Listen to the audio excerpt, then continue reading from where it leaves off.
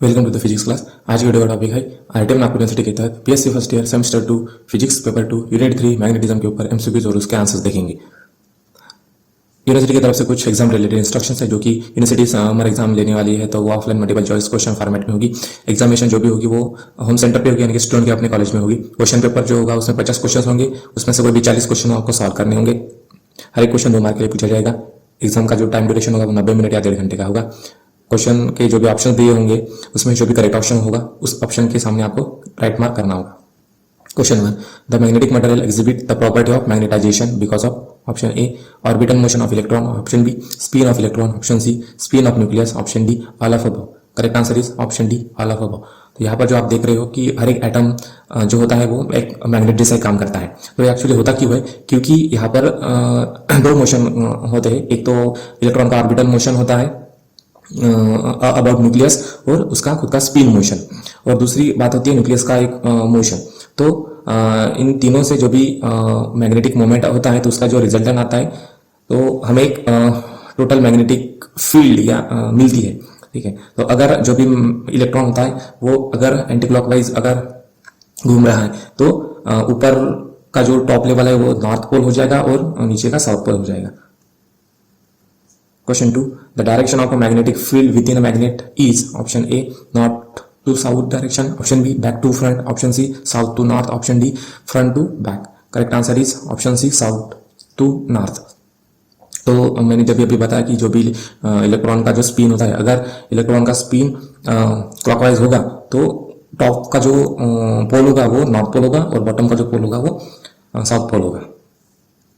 Question 3, when the north or south pole of two bar magnet are brought together, there will be option A force of attraction, option B no force, option C force of repulsion, option D a downward force. Correct answer is option C force of repulsion होगा। जब भी like charges या like poles यानी कि north pole या फिर south pole हम एक दूसरे के नजदीक लाएंगे तो वहां पे रिपल्शन होगा, और डिफरेंट पोल्स यानी कि साउथ नॉर्थ पोल अगर एक दूसरे के सामने लाएंगे तो वहां पर अट्रैक्शन होगा। Question 4, the bar magnet has option a dipole moment, option b mono moment, option c both a and b, option d none of above. Correct answer is option a dipole moment. तो जो भी कोई भी magnet हो तो उसको दो poles होते हैं, एक होता है साउथ पोल और दूसरा होता है नॉर्थ पोल। ठीक है, दोनों का जो मैग्नेट्यूड होता है वो सेम ही होता है लेकिन उसकी पोलैरिटी अलग होती है।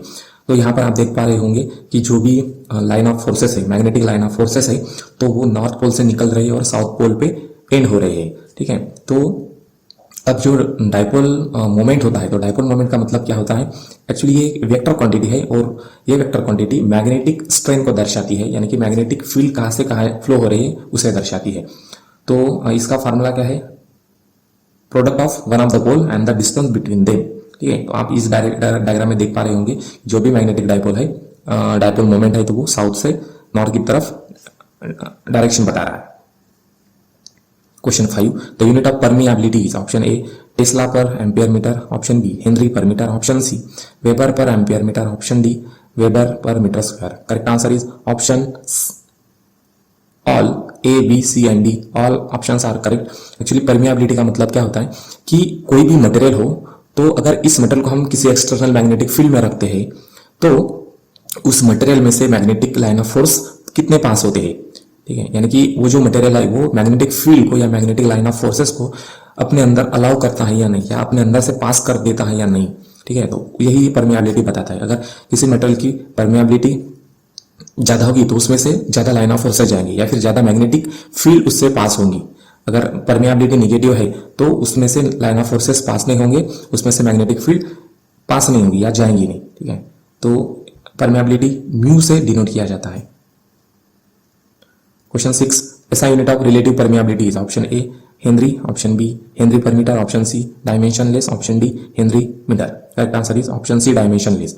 अब रिलेटिव परमिएबिलिटी का मतलब क्या होता है, हम कंपेयर कर रहे हैं किसी भी मटेरियल की परमिएबिलिटी को हम वैक्यूम के परमिएबिलिटी से कंपेयर कर रहे हैं। सपोज वैक्यूम की परमिएबिलिटी हम रिलेटिव परमिएबिलिटी वो 1 मानते हैं क्योंकि डिनोमिनेटर और न्यूमरेटर में सेम क्वांटिटी होती है। ठीक है, तो रिलेटिव परमिएबिलिटी का फार्मूला क्या है, mu divided by mu zero, यानी कि permeability of medium divided by permeability of free space. ठीक है, तो इसलिए दोनों में क्या होगा, एक ही क्वांटिटी है, इसलिए ये जो उसका यूएसआई यूनिट होगा वो डायमेंशनलेस होगा।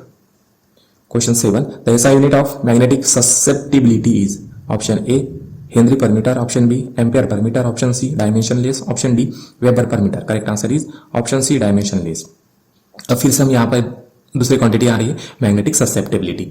मैग्नेटिक ससेप्टिबिलिटी का मतलब क्या होता है कि अगर सपोज हम किसी मटेरियल को मैग्नेटिक फील्ड में रखते हैं, एक्सटर्नल मैग्नेटिक फील्ड में रखते हैं, तो उस मैग्नेटिक फील्ड में रखने के बाद में मटेरियल कितना मैग्नेटाइज हो जाता है या फिर मटेरियल में कितना मैग्नेटाइजेशन इंड्यूस होता है, ठीक है, इसी को हम मैग्नेटिक ससेप्टिबिलिटी कहते हैं।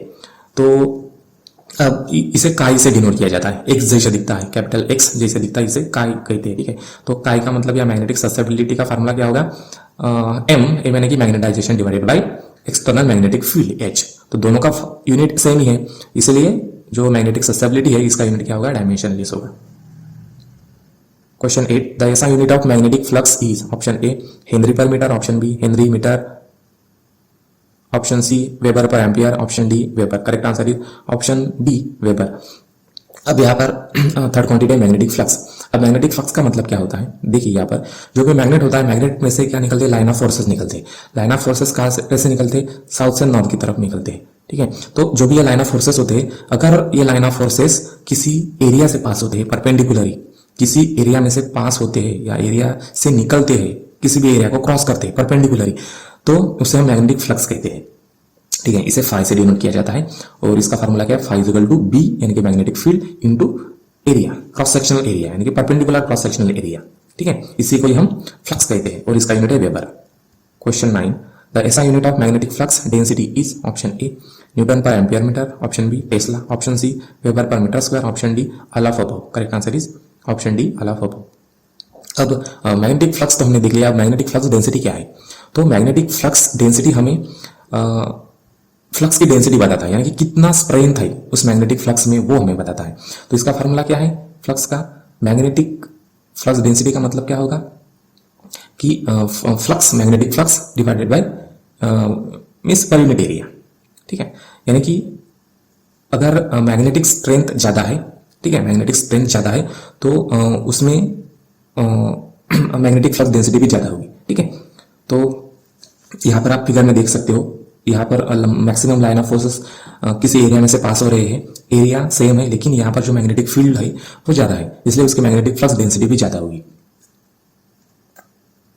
Question 10, the Biot Savart's law is general modification of option A Ampere's law, option B Kirchhoff's law, option C Lenz law, option D Faraday's law. Correct answer is option A Ampere's law. अब Ampere's law क्या बताता है हमें, हमें ये बताता है कि अगर हम किसी वायर में से करंट को पास कर देते हैं तो उस वायर के सराउंडिंग में जो भी मैग्नेटिक फील्ड डेवलप हो जाएगी, सराउंडिंग में उस वायर के सराउंडिंग में जो भी मैग्नेटिक फील्ड डेवलप हो जाएगी, तो वो जो मैग्नेटिक फील्ड डेवलप हो रही है किसी भी वायर में, तो वो म्यू टाइम्स यानी कि परमिएबिलिटी टाइम्स करंट जितना पास हो रहा है उस वायर में से उसके बराबर होगी। यानी कि ये फार्मूला में आप देख पा सकते हो, उसमें क्या लिखा है, बी डॉट डी एल यानी कि मैग्नेटिक फील्ड इंड्यूस और develop in the wire is equal to mu zero times I. I का मतलब करंट, यानी कि जितना करंट किसी भी वायर में से आप फ्लो करोगे उतनी टाइम्स मैग्नेटिक फील्ड डेवलप होंगी। Question 11, the attraction capacity of electromagnet will increase if option a core area increase, option b core length increase, option c flux density increase, option d flux density decrease. Correct answer is option c flux density decrease. अब जो भी electromagnet होता है तो actually क्या होता है कि इलेक्ट्रोमैग्नेट इज नथिंग बट एक कॉइल होती है, ठीक है, कॉपर की या कोई भी मेटल की वायर होता है और वो उसके कॉइल बनाती है, यानी कि बाइंडिंग करके उसकी कॉइल बनाती है। जब भी हम एम्पियर लॉ क्या बताता है हमें कि जब भी हम किसी वायर में से करंट पास करते हैं तो उसके सराउंडिंग में एक मैग्नेटिक फील्ड जनरेट होती है, तो उसी को हम इलेक्ट्रोमैग्नेट कहते हैं। तो इलेक्ट्रोमैग्नेट की जो अट्रैक्शन कैपेसिटी है या स्ट्रेंथ है वो कैसे बढ़ेगी, हमने पहले देखा था, अगर मैग्नेटिक फील्ड की स्ट्रेंथ बढ़ती है तो उसकी फ्लक्स डेंसिटी भी बढ़ेगी। तो अगर फ्लक्स डेंसिटी बढ़ेगी तो मैग्नेटिक स्ट्रेंथ है वो बढ़ेगा, ठीक है।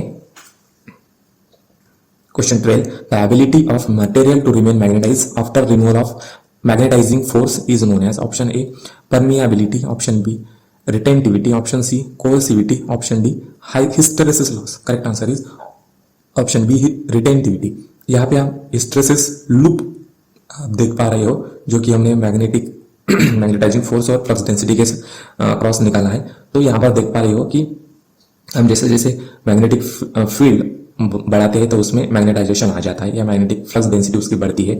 और जैसे हम कम करते हैं, एक्सटर्नल मैग्नेटिक फील्ड कम करते हैं, तो क्या होता है कि वो सेम पाथ फॉलो नहीं करता, तो वो दूसरे पाथ से आता है। ठीक है, यहाँ पे ऑप्शन बी देख रहे हो, तो बी पॉइंट पे क्या होता है, उसमें मैग्नेटाइजेशन अभी भी बाकी होता है, जबकि हमने जो भी एक्सटर्नल मैग्नेटिक फील्ड है वो जीरो कर दिया, तो भी उसमें कुछ ना कुछ क्वांटिटी में मैग्नेटाइजेशन अभी भी उस मटेरियल में मौजूद है, उसे हम रिटेंटिविटी कहते हैं।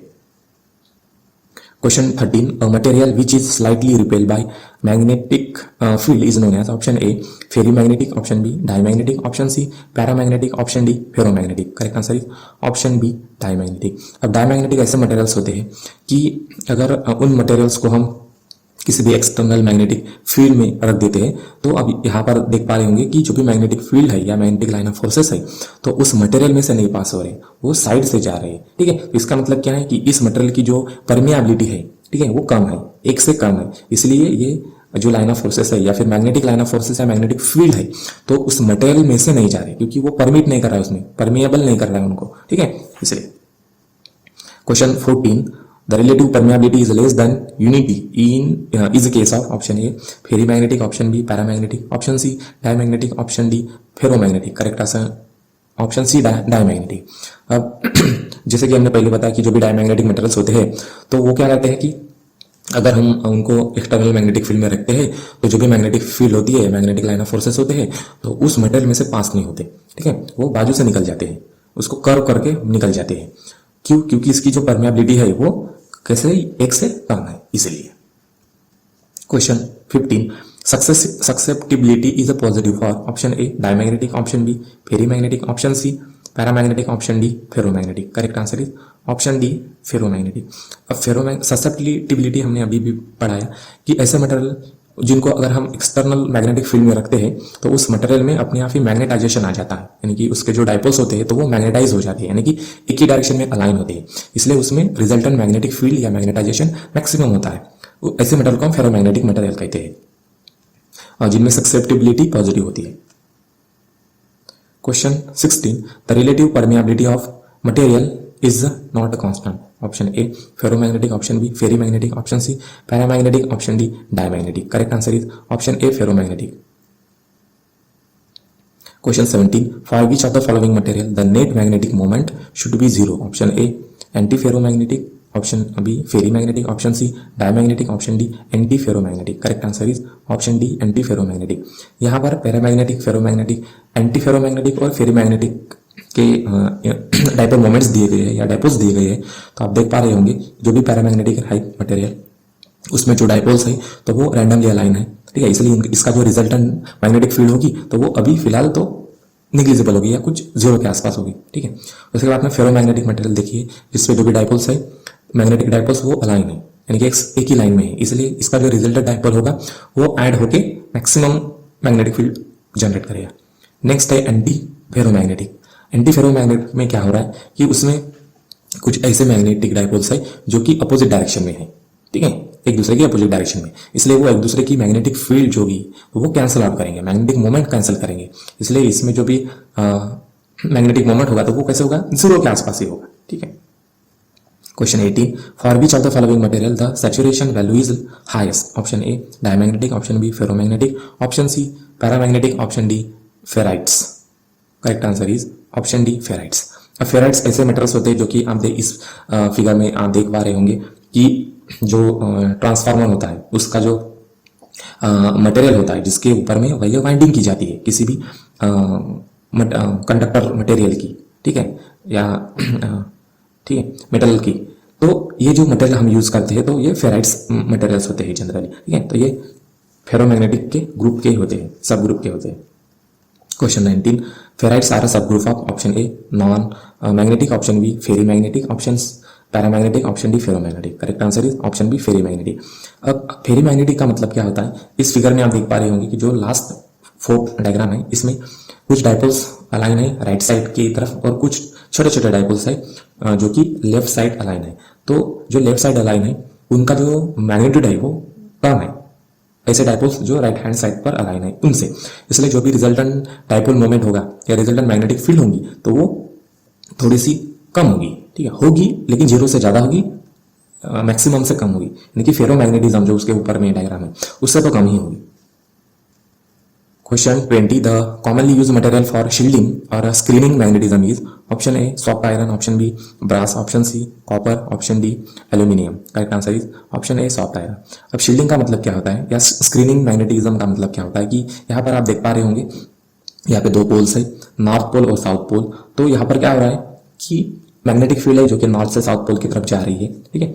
तो यहाँ पे जब हमने एक आयरन रिंग रखा तो ये रिंग क्या कर रही है, जो भी मैग्नेटिक फील्ड है उसे अंदर में से पास नहीं हो दे रही, उसे क्या कर रही है जो भी मैग्नेटिक फील्ड है उसे अपने वॉल्स के थ्रू पास कर रही है। अपने वॉल्स जो रिंग है आयरन की या सॉफ्ट आयरन की रिंग है उस वॉल्स के अंदर में से उसे कर्व करके पास कर रही है, ठीक है, अंदर से नहीं जा दे रही, वॉल के थ्रू उसको पास कर रही है। इसे हम मैग्नेटिक शील्डिंग कहते हैं या स्क्रीनिंग कहते हैं। Question 21. Which of the following is a ferromagnetic material? Option A tungsten, option B nickel, option C copper, option D aluminium. Correct answer is option B nickel. Question 22. Paramagnetic material have relative permeability. Option A slightly more than unity, option B slightly less than unity, option C equal to unity, option D none of above. Correct answer is option A slightly more than unity. तो जो भी ये paramagnetic materials ऐसे होते हैं कि अगर हम इनको एक्सटर्नल मैग्नेटिक फील्ड में रखते हैं तो वो उसमें जो भी डाइवर्स होता है तो वो अलॉन्ग मैग्नेटिक फील्ड यानी जिस डायरेक्शन में एक्सटर्नल मैग्नेटिक फील्ड है उसी डायरेक्शन में वो अलाइन होते हैं, ठीक है। तो इसलिए उनकी जो रिलेटिव परमिएबिलिटी होती है क्योंकि वो मैग्नेटिक फील्ड को अपने अंदर में से पास करने देते हैं, ठीक है, इसलिए उनकी रिलेटिव परमिएबिलिटी ज़्यादा होती है। Question 23. Magnetism of a magnet can be destroyed by option A inductive action, option B heating, option C hammering, option D all of above. Correct answer is all of above. अब यहाँ पर क्या कर रहे हैं कि देखो सबसे पहले क्या होता है कि मैग्नेटाइजेशन का मतलब क्या होता है। यहाँ पे आप देख पा रहे हो कि दो बोल्ट है, नट बोल्ट है, ठीक है। तो एक मैग्नेटाइज नट बोल्ट देखोगे तो इसमें जो भी एटम्स होंगे या डायपोल्स होंगे वो एक डायरेक्शन में अलाइन है, यानी कि वो मैग्नेटाइज है अभी क्योंकि एक डायरेक्शन में अलाइन होने की वजह से उसमें मैग्नेटिक स्ट्रेंथ ज़्यादा होगा, ठीक है। तो और जो बाजू वाला है उसमें देखो डीमैग्नेटाइज का मतलब क्या है कि जो भी डायपोल्स है या छोटे छोटे मैग्नेट्स है, टाइनी मैग्नेट्स कहते हैं हम, तो वो रैंडमली अलाइन है, इसलिए जो भी टोटल मैग्नेटिक फील्ड होगी या मैग्नेटाइजेशन होगा तो वो जीरो होगा या निग्लिजिबल होगा क्योंकि एक दूसरे से वो कैंसिल कर रहे हैं रैंडम होने की वजह से, ठीक है। तो मैग्नेटाइज हम कब करते हैं मैग्नेट को, अगर किसी मटेरियल को हम मैग्नेटिक फील्ड में रखते हैं तो वो मटेरियल जो होता है उसमें जो भी छोटे छोटे टाइनी मैग्नेट्स होते हैं तो वो एक ही डायरेक्शन में अलाइन होते हैं, एक ही डायरेक्शन में अलाइन होते हैं और उसमें मैग्नेटाइजेशन आ जाता है। अब किसी भी मेटल का मैग्नेटाइजेशन हम रिमूव या डिस्ट्रॉय कैसे कर सकते हैं, तो अगर मैग्नेट को हम आग में या हीट सप्लाई कर देंगे तो उसका मैग्नेटाइजेशन अपने आप चला जाएगा, डिस्ट्रॉय हो जाएगा। या फिर अगर हम किसी मटेरियल के ऊपर हमें हैमरिंग कहते हैं, हथौड़े से मारते हैं तो उसमें भी उस कंडीशन में भी उसका मैग्नेटाइजेशन रिमूव हो जाएगा। या फिर इंडक्टिव एक्शन अगर करते हैं तो उस कंडीशन में भी वो डीमैग्नेटाइज हो जाएगा।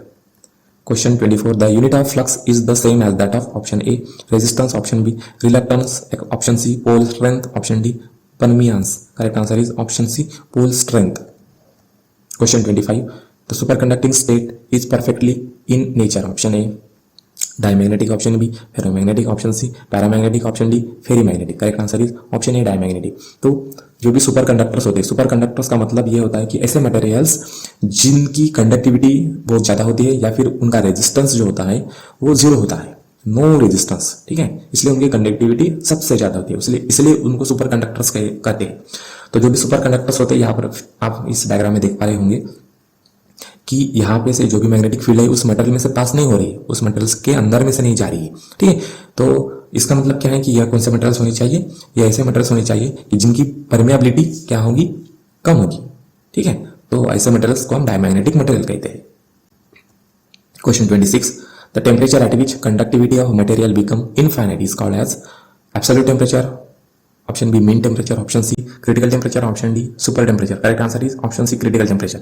तो क्रिटिकल टेम्परेचर ये ऐसे टेम्परेचर होता है कि अगर हम किसी मटेरियल का जो टेम्परेचर होता है तो कम कम करते आएंगे यानी कि रिड्यूस करेंगे, और पर्टिकुलर टेम्परेचर पे क्या होगा कि उसका जो मैग्नेटिक कंडक्टिविटी जो होगी, यहाँ इस ग्राफ में आप देख पा रहे होंगे कि जो भी रेजिस्टेंस है, जैसे जैसे हम जो भी टेम्परेचर है किसी भी मटेरियल का, अगर स्पेशली डायमैग्नेटिक मटेरियल का टेम्परेचर अगर हम डिक्रीज करते हैं या कम कम करते लाते हैं तो एक पर्टिकुलर टेम्परेचर पे जो उसका रेजिस्टेंस होता है तो वो अल्टीमेटली जीरो हो जाता है। तो ऐसे टेम्परेचर को हम क्रिटिकल टेम्परेचर कहते हैं, जिसपे सुपर कंडक्टर प्रॉपर्टी शो करता है material. Question 27, which of the following properties superconductor have? Option A diamagnetic nature, option b zero resistivity, option c infinite conductivity, option D all of above. Correct answer is all of above. तो यहाँ पर जो भी आपका super conductor होता है तो generally क्या होता है सुपर कंडक्टर में कि तीन उसके प्रॉपर्टीज होने चाहिए। एक तो इनफाइनाइट कंडक्टिविटी होनी चाहिए, यानी कि जीरो रेजिस्टिविटी होगी, और वो डायमैग्नेटिक नेचर होना चाहिए। Question 28, in superconductivity the electrical resistance of material becomes? Option a infinite, option b zero, option c finite, option D all of above. Correct answer is option b zero. तो जैसे कि हमने अभी बताया कि जो भी रेजिस्टिविटी होती है सुपर कंडक्टर में तो वो टोटली जीरो हो जाती है। Question 29, the ideal super conductor exhibits? Option A mesomeric effect, option B mesmeric effect, option C Meissner effect, option D monomeric effect. Correct answer is option C Meissner effect. अब Meissner effect का मतलब क्या होता है? ये मेजनर effect ये मैं बताता कि अगर सपोज मान लो कि कोई सुपर कंडक्टर है, ठीक है, तो अगर उसमें से हम उसको अगर मैग्नेटिक फील्ड में रखते हैं तो जो भी मैग्नेटिक लाइन ऑफ फोर्सेस होंगे तो वो उसके अंदर से नहीं जाएंगी, ठीक है, उससे दूर से कर्व होकर निकल जाएंगी, यानी कि डायमैग्नेटिक जैसे, ठीक है, तो उसे हम मेजनर इफेक्ट कहते हैं। Question 30, Meissner effect is shown by the equation? Option A B approaches to zero at T equal to T C, option B not equal to zero at T greater than equal to T C, option C B equal to zero at T greater than equal to T C, option D B equal to zero at temperature less than equal to TC. TC का मतलब critical temperature. तो correct answer is option D B equal to zero at T less than equal to TC. तो इसका actually मेजनर effect हमें क्या बताता है कि अगर सपोज मान लो कि कोई भी मटेरियल है, ठीक है, या डायमैग्नेटिक मटेरियल है, और डायमैग्नेटिक मटेरियल का हम टेम्परेचर कम करते आते हैं, इतना कम करेंगे कि क्रिटिकल टेम्परेचर तक लाएंगे। जैसे क्रिटिकल टेम्परेचर तक लाएंगे तो वो सुपर कंडक्टर बन जाएगा, ठीक है, क्योंकि उसकी रेजिस्टिविटी जीरो हो जाएगी। तो उस कंडीशन में जो भी मैग्नेटिक फील्ड है तो उस मटेरियल में से पास नहीं होंगी, ठीक है, उस मटेरियल को कर्व करते निकल जाएंगी। तो इसी को हम मेजनर इफेक्ट कहते हैं। Question 31, the susceptibility of paramagnetic material is 3.7 into 10 to the power minus 3 at 27 degrees Celsius. What will be the value of its relative permeability at 200 Kelvin? Option A 4.55 into 10 to the power minus 3, option B 5.55 into 10 to the power minus 3, option C 6.55 into 10 to the power minus 3, option D 7.55 into 10 to the power minus 3. Correct answer is option B 5.55 into 10 to the power minus 3. इस numerical को solve करने के लिए सबसे पहले जो भी temperature given है वो लिख लेंगे, जो कि 27 डिग्री सेल्सियस है, उसे हम केल्विन में कन्वर्ट कर देंगे। केल्विन में कन्वर्ट करने के लिए 273 से ऐड करना पड़ेगा, यानी कि 300 डिग्री केल्विन हो जाएगा। ससेप्टिबिलिटी का फार्मूला जो भी दिया गया हमें वैल्यू उसकी वो है 3.7 into 10 to the power minus 3। Curie constant क्या है? Curie constant C is equal to chi into temperature. तो यहाँ पर हम क्यूरी कांस्टेंट की वैल्यू निकाल देंगे, जो कि 3.7 into 10 to the power minus 3 into 300 kelvin degree है, ठीक है। तो हमें C यानी कि क्यूरी कांस्टेंट मिल जाएगा। अब हम काई की वैल्यू निकालेंगे, यानी कि ससेप्टिबिलिटी एट पर्टिकुलर टेम्परेचर, यानी कि 200 केल्विन पे निकालेंगे। तो उसका फार्मूला क्या है? वो फार्मूला होगा C यानी कि Curie constant divided by temperature. Curie constant निकाला है, उसकी वैल्यू रख देंगे 1.11 डिवाइडेड बाय जिस टेम्परेचर पे हमें निकालना है वो, यानी कि 200 केल्विन। इसे सॉल्व कर देंगे तो हमें मिल जाएगा 5.55 into 10 to the power minus 3। Thank you.